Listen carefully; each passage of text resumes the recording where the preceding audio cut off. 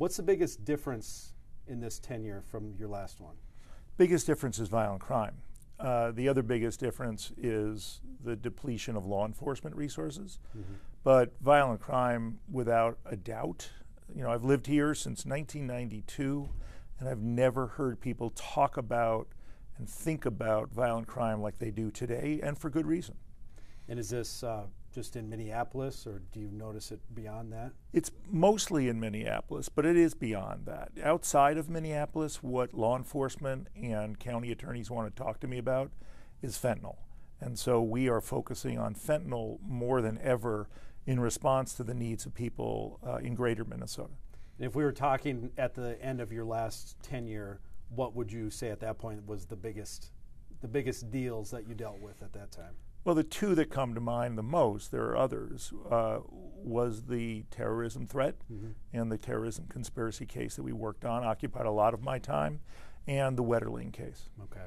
So when you came back into office here, the violent crime, it existed. It was already here. Was it the first thing that you sat down to figure out how to address, or how did it come to be that you came up with the help of others, these violent crime initiatives? So people helped me before I could do anything. So the minute my nomination went public, I was flooded with phone calls from law enforcement, both federal, state, and local, people that I knew. And they all wanted to talk to me about carjacking and switches, automatic machine guns, and the gangs. And it was universal. There wasn't like some people wanted to talk to me about that. Everybody did. How did this become such a problem? I think a number of things. We went through a pandemic. We went through a traumatic series of events with the murder of George Floyd and the riots after that. At the same time that Minneapolis Police Department was losing people. So it was sort of a perfect storm or an imperfect storm that hit all at once. It happened elsewhere. It happened more here, I believe. And gangs always existed, the highs, the lows, the bloods. But they became a bit emboldened, and we needed to do something about it. So refresh our memory on what you guys did as far as the Violent Crime Initiative. So my first month in office, April 2022, was spent in meetings nonstop with law enforcement, county attorneys, and state officials. What do they think we need to do? And then the federal law enforcement heads and I met with our police chiefs and sheriffs and friends in local law enforcement and came up with an immediate strategy. We would take on adult carjackings with as many resources as we could summon to do that. We would take on more gun cases. We were going to form a gang unit, which we did, and we were going to focus on the three major gangs. And we were also going to take on fentanyl in a new way. And what that meant was really reorienting this office with a significant change agenda that I brought, but that also came from the community and law enforcement. When it comes to the policing side of it, how much do you think this organizational change helped MPD continue to police in Minneapolis? I think what I've heard from leadership in Minneapolis Police Department, but also detectives, officers, investigators, is it energized people because we were putting new resources, the entire strength of this office, to address a problem that had been growing. And that's one of the things we get to do. We get to go where we're needed. We can change if we need to, and we did that here. In your previous tenure, you worked with a number of different police chiefs in Minneapolis. Right now, Police Chief Brian O'Hara is in charge. How has he been to work with, and what do you think people should know about him? So Brian is a great partner, and I make no bones about that. He is easy for us to work with. He sees the world the way we do. Maybe we're both from New Jersey, so that might explain it. I don't know. But he has seen this kind of violent crime before, and he knows what it takes to put it together. So one of the things that I wanted to do was form teams around each of the three gangs, and that required him putting people behind each of the three gangs. And he immediately suggested that we embed police officers or investigators into our gang teams right in this office who would that work means prosecutors. Yep. Okay. Well, he would put police officers, investigators, gang experts from Minneapolis Police Department into our office to work side by side in a room with our gang prosecutors. That's what we've been doing, and it's been tremendously effective. Okay. As far as the Violent Crime Initiative, how successful has it been? I think it's been incredibly successful for two reasons. One, we were able to focus the resources of this office to bringing on the most important cases. It's not just the number of cases, it's the impactful ones. And we did that in part because I stood up in front of my office and I said, I need you all to take on gun and carjacking cases, and everybody did so. Everybody responded. So that just increased our capacity.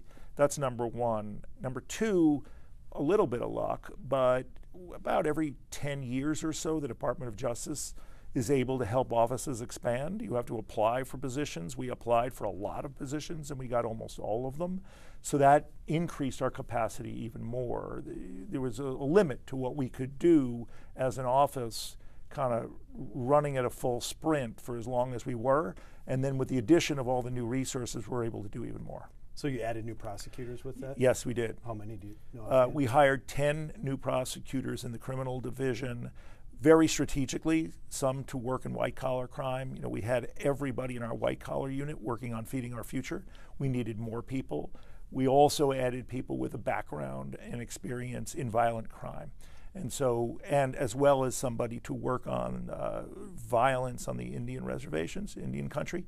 And so we have expanded dramatically, and it's really beginning to pay off. Okay. Is the Violent Crime Initiative setup, is this kind of a new normal for you now, or is this something that you'll wind it down when you feel like you can? If we could, we would. I don't see that happening anytime soon for the following reason. The gangs took a couple of years to gear up and get strengthened. We're taking them apart piece by piece. That's going to take a while. If this is a football game, we're in the first quarter, maybe the end of the first quarter. The other problem that we're all dealing with, everybody in Minnesota needs to appreciate this, is we've found better ways to kill each other. And so the proliferation of switches, the devices that turn a pistol into an automatic machine gun, that's not going to change anytime soon. So we're all working together, county attorneys, our office, local and state authorities, but that's going to take a while. And I don't see that changing. I hope it does, and I'd like to see it, but we shouldn't be short-sighted about it. Okay. What would it take to be able to say, hey, we can wind this down, not everybody needs to take gun cases anymore? I think it would take more people in my office if the Department of Justice would give us even more people that could focus on violent crime. But more importantly, I think we all have to figure out how we can address illegal weapons, violent, harmful, powerful illegal weapons on the streets of our cities. And that's going to take everybody working together. There's no one magic bullet solution. And what would you say to the public as far as them measuring success? I mean, does a crime stat tell a story, or what would you say to people about that? I think a crime stat tells part of the story. I think the question is, can we stand up a year from now, 2 years from now, 6 months from now, and say it's not just that violent crime is going down in certain areas, but also just the quality of the violence is going down, so that fewer people are using automatic machine guns on the streets. Fewer people are dying of fentanyl poisoning. Those kinds of measures, so it's quality as well as quantity. Okay. Pivoting a little bit, what are some of the cases that you've been particularly proud of since you've come back? Well, I'm proud of all of our cases, but look, I inherited the Lazzaro case. When I started, the Lazzaro case had already been charged. I worked with the team, restructured the team. We added a new prosecutor to that team. I'm proud of the way that case was handled. I'm proud of the way it was tried. And I'm proud of our office for stepping up and people rallying around that team. I'm very proud of the gang work that we've done. We started with very, very little experience doing RICO cases, doing conspiracy gang cases. We've now done quite a few of those, and I'm proud of the work there.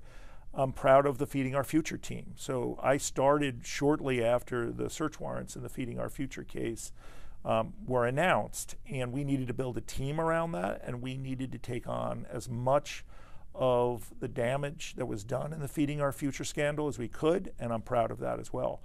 Now, all of those cases, the gang cases, the Feeding Our Future cases, other cases, are going to go to trial in the near future. I should also add, I'm extremely proud of the work we're doing to protect children. I think the online exploitation of children is something perhaps we don't talk enough about. Yep. It's exploded with the internet. You know, I have a mixed feeling about the internet myself, always have. And this is one of those painful realities of our new connected world.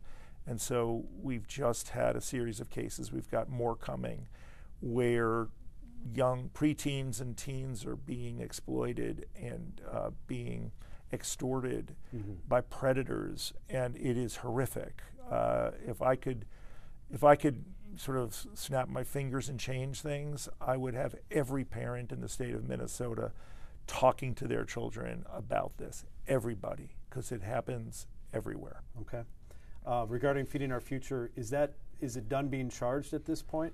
So I can't answer that. We've charged 70 defendants, and which is a lot.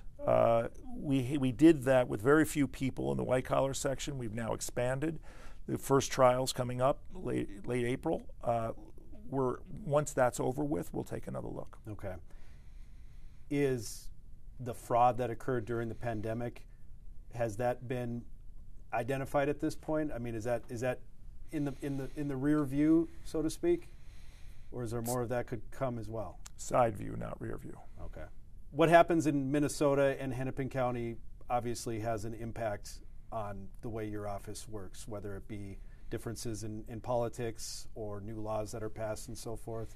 I wanted to ask you about a law in particular that it hasn't been talked about a whole lot yet, but I believe the initial bill has been written, which would eliminate the mandatory minimum 5-year prison sentence in Minnesota for a felon in possession of a firearm. If that happened, would your office have to take over more of those cases? It depends.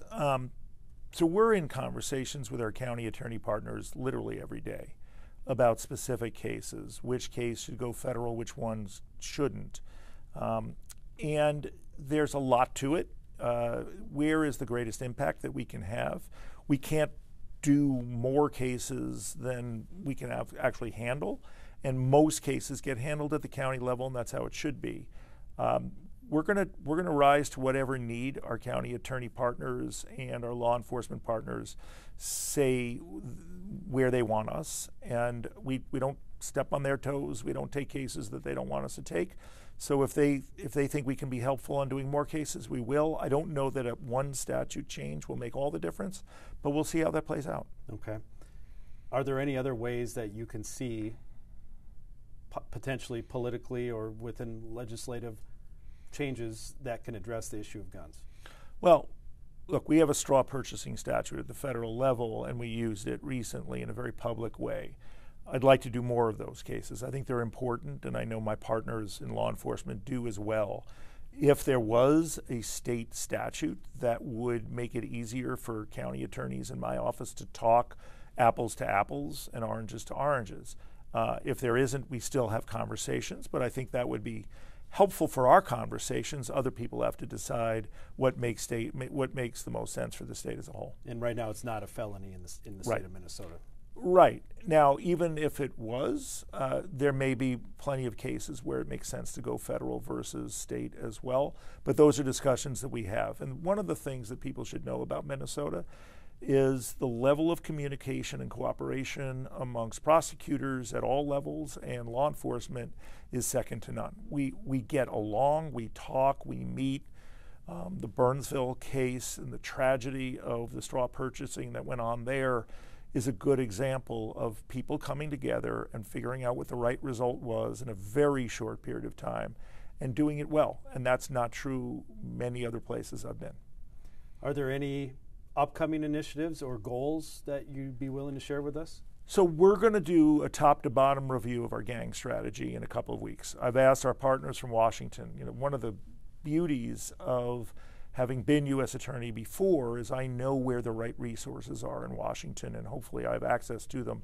Here, we invited in our partners from the organized crime and gang section in Washington early on to work side by side with us on the gang work that we're doing. Like I said, I think we're in the first quarter of that effort, and I wanted to take a moment with them and all of our federal and local partners to scrutinize what we're doing, see what we could be doing better. So maybe more to come on that. On a personal level, do you like this job? I love this job. This is all I've ever wanted to do. Do you plan on staying in this role as long as they'll have you? As long as they'll have me. Okay. And just so people know, it's appointed by the President of the United States, and so it's always dependent on how elections go sometimes? It is. It's all out of my hands, so I focus on, today's Tuesday, I'm focusing on tomorrow. Okay. All right. Well, thank you for Thanks. sitting down with us. Thanks, Lou. Yep.